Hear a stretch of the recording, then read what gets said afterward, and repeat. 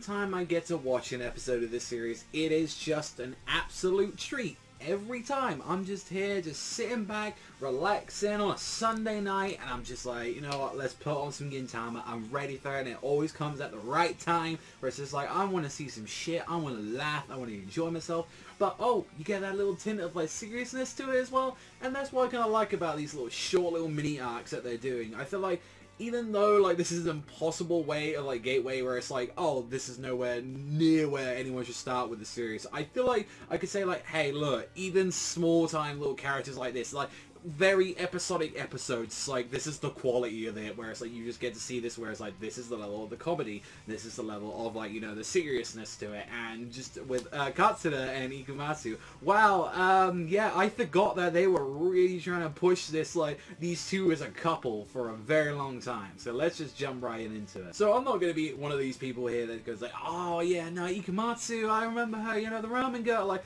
to be fair, I'm not gonna lie, it's a little bit fucked up. Honestly, she is so little in the series that I pretty much nearly forgot about everything about her. I remember like just an episode or two like saying, oh, that one Katsura episode, but it was like, she is like out of all the casts, it's a very forgettable one, and especially with the manga recently where it's been a huge highlight to a lot of the characters like way back when from like these episodes or these chapters, and it's like, oh yeah, you remember these people, and she was an alright like from what we got to see like with what we got to see with Katsura, and also as well like her dealing with, you know, like losing her husband, and like we find out like a lot more about this lady than we actually need to know, and the fact is that Katsura wants to pay back a debt to her because, like, hey, Katsura slightly has feelings to, like, this chick that, like, which it seems like he doesn't want to fucking admit to, like, Gintoki in the gang, but also as well, it's like the fact he owes, like, her a great debt. Like, if anything, like, nowhere near to like what like Gintoki was to like her owner and all that. I always forget her names, I'm so sorry and all that. Like, I remember like the old lady, like, but like kind of the same way where it's like, you know, hey, you can pick me up when I'm fucking down and I ain't got nothing left, and like making a promise or so. Like, it kind of really reminds me of that kind of stuff, and like it gets into some stupid shit, guys. Like they have to find like the fucking her so-called father, which like may or may not be dead, and guess what, that shit is just fucking weird because they go to a homeless island for the most part where two warring homeless the tribes are going against each other. Like Hasegawa's there, fucking Mado, he's like fucking badass as always, that weird old fucking man.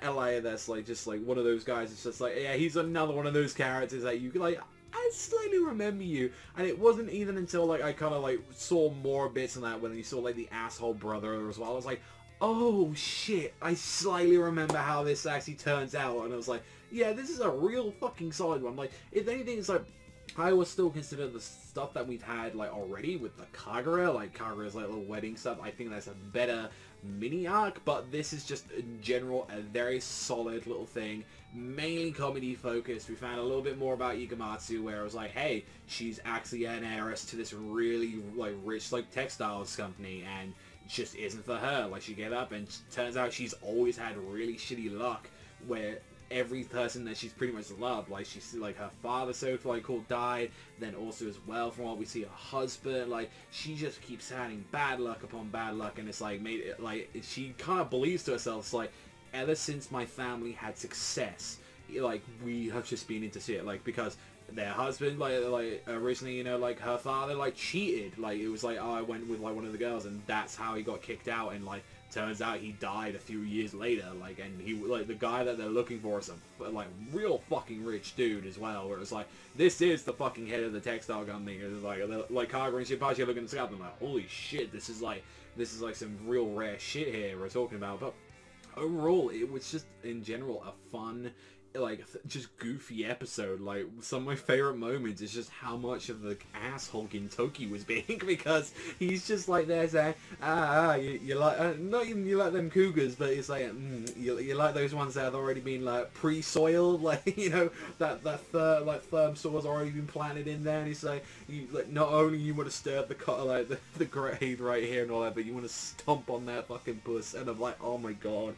Gintoki, please stop. Like, he's saying some real fucked up shit, and like even like the end of the episode, like he's still teasing Katsuo, and Katsuo just ends up like pretty much drowning him for the most part. It's one thing I forgot about Gintoki. Gintoki can't swim, which is like a weird thing for the most part, but it's like in general, like when we're seeing this, it's like, oh, you deserve everything. Like I love Gintoki a lot, but he is an asshole. He is a general sack of shit. But then he always turns it around like a little bit later and all that, because then he always try and drop some wise words or two. So it's overall goofy and dumb, and like in general, I just enjoyed it. Like, there's nothing, I'm not gonna say like this was an amazing episode. If anything, and all that, to the fact that like with the manga as well, I completely forgot about it, and I feel like as well with the anime, like I think like a few people will talk about this, but I don't think this is ever going to be one of those episodes like that people ever mention about Gintama. It's like, oh, do you remember that episode like that with like father and everything, and like you come out and you're like, what the fuck? You know, no.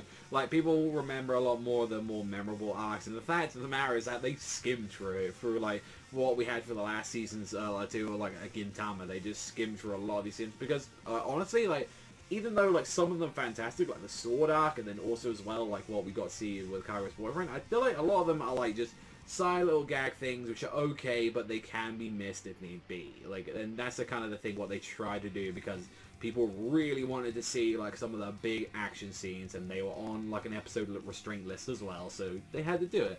Overall, yeah, fun. Like, nothing else real to say about it. It was a fun, goofy episode, and I look forward to more like Gintama in the future. Like, I'm really having fun just watching this every Sunday night. It's just been an absolute blast, like, watching and talking about Gintama again. So, let me know what you guys think in the comments section down below. But that's all from me. Thank you as always for watching, and I'll see you guys, though, next time.